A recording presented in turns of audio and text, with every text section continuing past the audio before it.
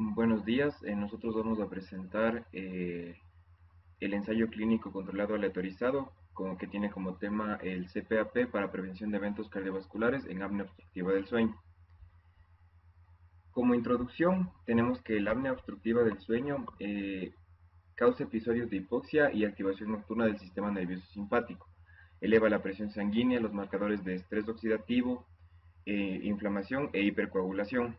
Basado en estudios se ha demostrado que aumenta la probabilidad de ocurrencia de eventos cardiovasculares, principalmente el infarto agudo de miocardio. El uso del CPAP, evaluado en varios estudios aleatorizados, ha demostrado que puede bajar los valores de tensión arterial en pacientes que presentan apnea obstructiva del sueño. Dentro de los métodos que utilizó este estudio llamado SAFE, que fue un ensayo internacional multicéntrico aleatorizado de grupos abiertos paralelo con evaluación ciega de punto final,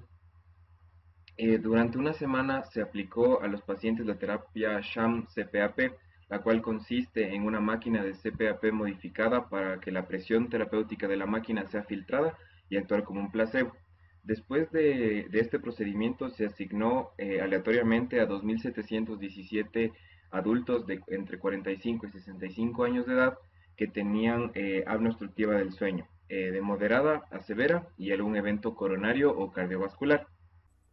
En este ensayo clínico se determinaron los eventos de evaluar en dos grupos, los primarios y los secundarios.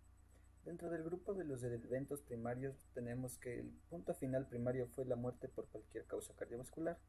lo cual incluía un infarto agudo de miocardio, dentro del cual se incluía el infarto de miocardio silente, accidente cerebrovascular u hospitalización por insuficiencia cardíaca, síndrome coronario agudo, dentro del cual se incluía la angina inestable o un ataque isquémico transitorio. Mientras que dentro del grupo de los eventos secundarios tenemos que los criterios de valoración secundarios incluyeron los componentes individuales del punto final primario, como son otros eventos cardiovasculares, procedimientos de revascularización, fibrilación auricular, diabetes mellitus de nueva aparición y muerte por cualquier causa. Bueno, continuando con los resultados, tenemos esta tabla en la que resumen el punto final primario y el punto final secundario, donde vamos a tener que el punto final primario ocurrió en el grupo con la terapia, es decir, con la intervención, el grupo CPAP, en 229 personas, es decir, en el 17%, mientras que el evento primario ocurrió en 207 personas, es decir, el 15.4%, en el grupo que tenía el cuidado habitual o usual, con un hazard ratio de 1.10 y un intervalo de confianza del 0.91 a 1.32 y una P de 0.34, lo cual indica que no se observó ningún efecto significativo sobre cualquier punto final cardiovascular individual, es decir, el punto final primario. Tampoco se observó heterogeneidad en los subgrupos de los que se habló, y tampoco en cuanto al sexo o edad hubo diferencias entre los grupos. No hubo una heterogeneidad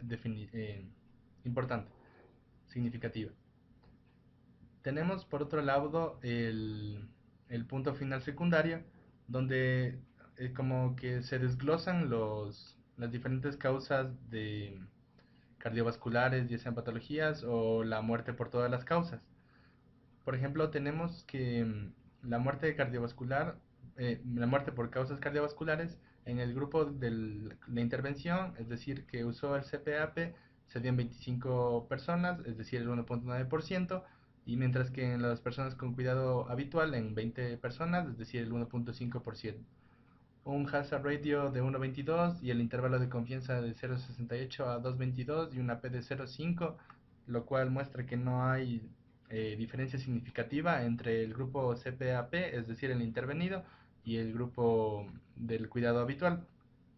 Tenemos desglosadas varias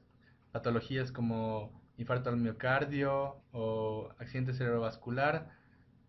o angina inestable, o también hospitalización por isquemia transitoria, en las que ninguna vamos a encontrar una diferencia significativa entre el grupo intervenido y el grupo control, que fue del cuidado usual o habitual.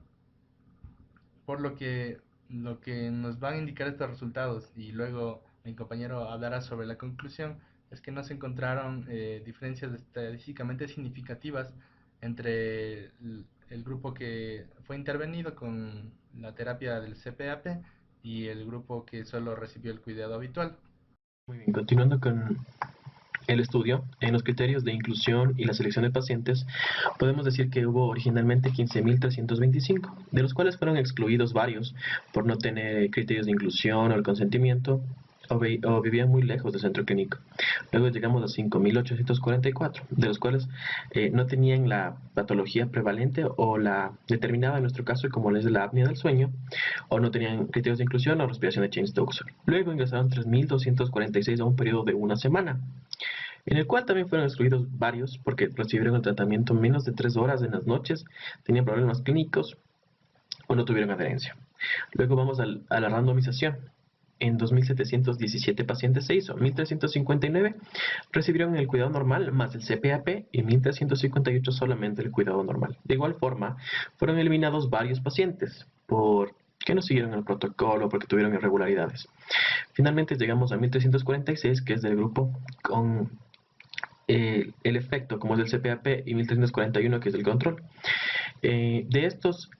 este número de pacientes ingresaron al análisis primario, pero tuvieron que ser eliminados algunos debido a que no tuvieron de igual forma, no siguieron el protocolo o algún problema con el consentimiento informado. Finalmente, llegamos a 1.284 pacientes y 1.256 pacientes que estaban en el grupo control. Esto se realizó desde noviembre del 2008 hasta diciembre del 2013 y conformando los grupos previamente establecidos. Finalmente, para hablar sobre la discusión y la conclusión de este ensayo, tenemos que decir que este estudio no demostró una reducción en la mortalidad cardiovascular en estos pacientes, pero sí beneficios secundarios como la reducción de la somnolencia,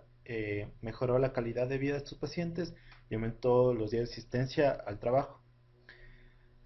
Existen 3 estudios anteriores que tienen ese mismo objetivo primario, que es reducir los eventos cardiovasculares, pero no demostraron ninguna significancia estadística. Una consideración a tomar en este estudio es que el diagnóstico de los pacientes con apnea no fue por el test estándar, sino por un test alternativo que fue el Apnea Link, que consiste de 2 parámetros, de la oximetría y de la presión nasal. Finalmente concluimos que el uso de CPAP en pacientes con apnea obstructiva no tuvo un efecto en la prevención o recurrencia de eventos cardiovasculares, a pesar de reducir la sintomatología secundaria.